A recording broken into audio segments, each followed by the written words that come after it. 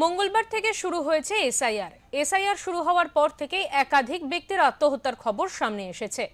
SIR আবহে রাজ্য ছেড়ে চলে যাচ্ছে বাংলাদেশিরা। এই প্রসঙ্গে বিজেপি নেতা দিলীপ ঘোষ জানান, অবৈধ নাগরিকরা এই দেশে থাকবে কেন? অবৈধ নাগরিক নির্ণয় করার সহজ উপায় এসআইআর। হওয়া উচিত ছিল, অবৈধ নাগরিকরা এই দেশে থাকবে কেন, আর অবৈধ নাগরিক নির্ণয় করার রাস্তা হচ্ছে এসআইআর। তারা যেন ভোটার লিস্টে ঢুকতে না পারে, তারা সুবিধা না পেতে পারে। এখন টিএমসির লোকেরা চেঁচামেচি করে এটা বোঝাবার চেষ্টা করছে যে আমরা তোমাদেরকে বাঁচিয়ে নেবো, কেউ কিছু করতে পারবে না। কিন্তু ওরা ভরসা করতে পারছে না, আর যেভাবে কড়াকড়িভাবে শুরু হয়েছে। আর এটা যত বেশি হয়, যত তাড়াতাড়ি হয়, তত ভালো হবে দেশের জন্য। এসআইআর এর পর থেকে ভোট হচ্ছে বিহারে। এই প্রসঙ্গে বিজেপি নেতা জানান, বিহারে ভোটদানের শতাংশ বেড়েছে, এসআইআর করে লাভ হচ্ছে, ভুয়ো ভোটার 65 লক্ষ বাদ গেছে। এছাড়া তিনি আর কি বলেছেন চলুন শুনে নি।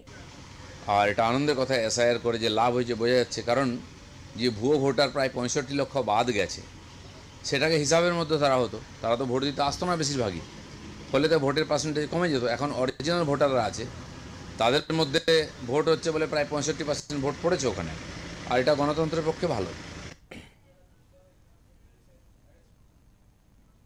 শুরু হয়েছে এসআইআর নিয়ে তরজা। এসআইআর শুরু হওয়ার পর থেকেই উঠে আসছে আত্মহত্যার ঘটনা। এই আবহে সাধারণ মানুষের পাশে মুখ্যমন্ত্রী মমতা বন্দ্যোপাধ্যায়।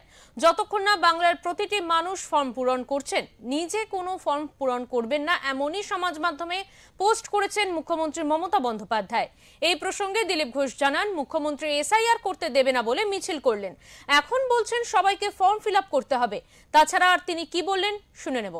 উনি এসআইআর করতে দেবেন না বলে মিছিল করলেন, কোথাও করতে দেবেন না একটাও। এখন বলছেন সবাইকে এসআইআর এর ফর্ম ফিল আপ করতে হবে।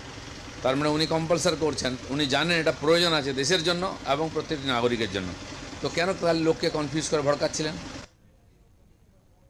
এসআইআর এর ফর্ম কিভাবে ফিল আপ করবে? এসআইআর কোনো ভয়ের বিষয় নয়, এই কথা বোঝাতে গিয়ে আক্রান্ত মহেশতলা পুরসভার 18 নম্বর ওয়ার্ডের বিজেপির বুথ প্রেসিডেন্ট সুপ্রিয়া মণ্ডল। এই প্রসঙ্গে বিজেপি নেতা জানান, মন্ত্রীরা সুরক্ষিত নয়, নেতারা সুরক্ষিত নয়, যারা সাধারণ কর্মী তাদের সুরক্ষা কোথায় আছে?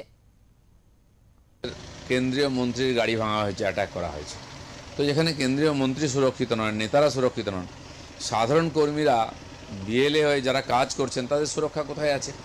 তো ভয় দেখিয়ে ওরা চেষ্টা করছে, টিএমসির লোকেরাই বেরোবে, ওরাই করবে, ওদের মতো করেই করবে, যাকে ইচ্ছা ভোটার করবে। তো বিরোধীরা যেন না বেরোয় এটা ওরা চাইছে, কিন্তু হবে না। এটা এসআইআর হবেই, বিএলও রাইট করে দেবে, পাবলিকের দায়িত্ব ফর্ম নিয়ে ফিল আপ করে জমা দেওয়া।